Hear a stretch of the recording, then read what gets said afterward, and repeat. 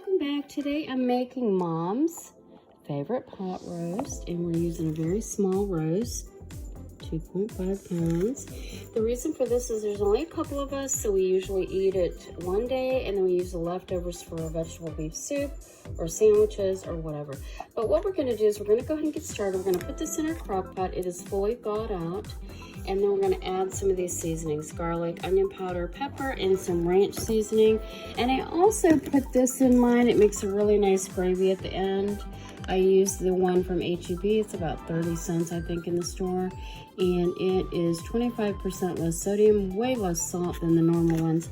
And we'll be right back. I'm going to go ahead and get this started. Go ahead and start adding our seasoning. And I left a little bit of fat that's on that roast on because it does add flavor when you're cooking it in the crock pot. I know some of you may disagree with that, but that's okay. You can trim it off if you'd like. It does make it a little leaner, but this fat actually adds some flavor. So right now we're adding some pepper. Do that generously. I don't add salt till later. Oh, alright, I'm adding just a little onion powder. I don't want too much of this, unless you're looking for a real oniony flavor. And our humidity really does a number on our spices, so if you don't use them up pretty quickly, they start to go a little hard. They get hard on you, so you have to use a knife, or the humidity is just bad. And then garlic, generously put garlic in there. We're gonna put some fresh garlic in there as well. I think that's always best. All right, then we add our ranch seasoning, and you can get this at Sam's, Walmart. As you can tell, I told you it's getting a little bit hard because of the humidity in our area. And I generously put this on. If you're using a packet, you use maybe about a half a packet of the ranch dry seasoning, okay? Now, and we're gonna put this brown gravy in, pack it in last, and a cup of water. And I've got my veggies here. I wanted to just tell you what I'm using. I bought these little baby medley potatoes, Mountain King, at the store.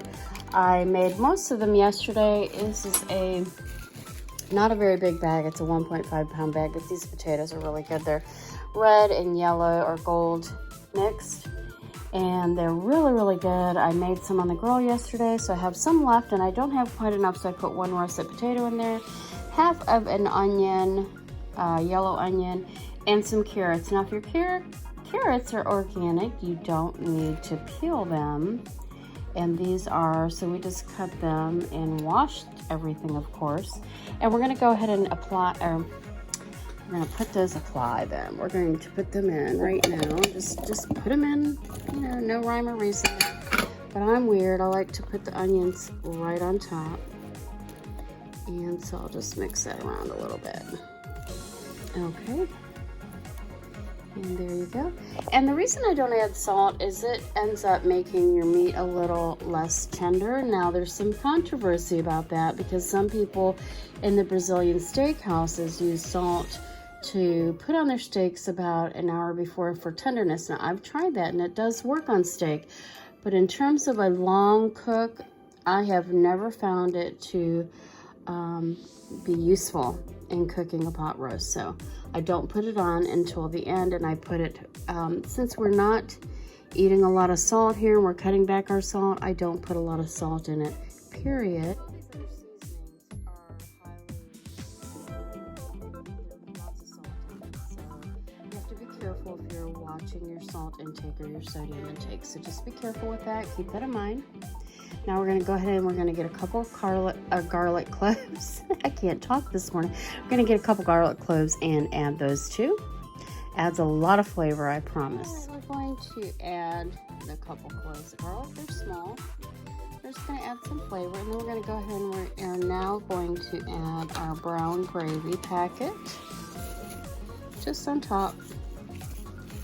And then we're going to get a cup of water and mix that in.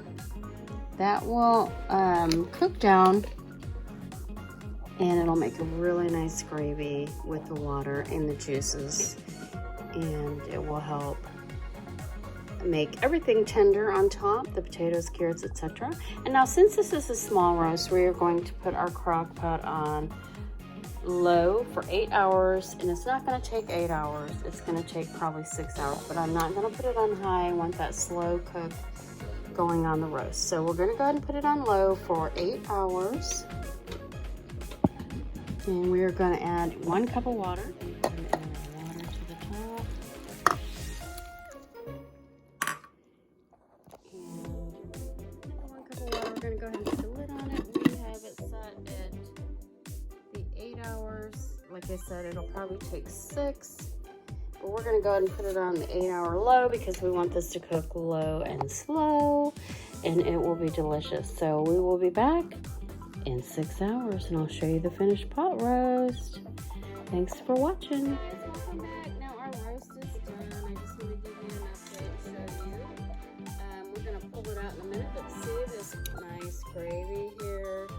And you can actually go one step further and put this on your stove, put a little flour or cornstarch, whisk it in if you wanted a thicker gravy. And all our vegetables are nice and tender. And we're gonna take that roast out. It is just falling apart, y'all. Look at that. With a spoon. So there is our crock pot roast, mom style. I hope y'all enjoyed this video. Give us a thumbs up if you liked it. I hope you go and make a pot roast. It's a great comfort food. Thanks y'all so much for watching Mom's Cherished Home. Bye.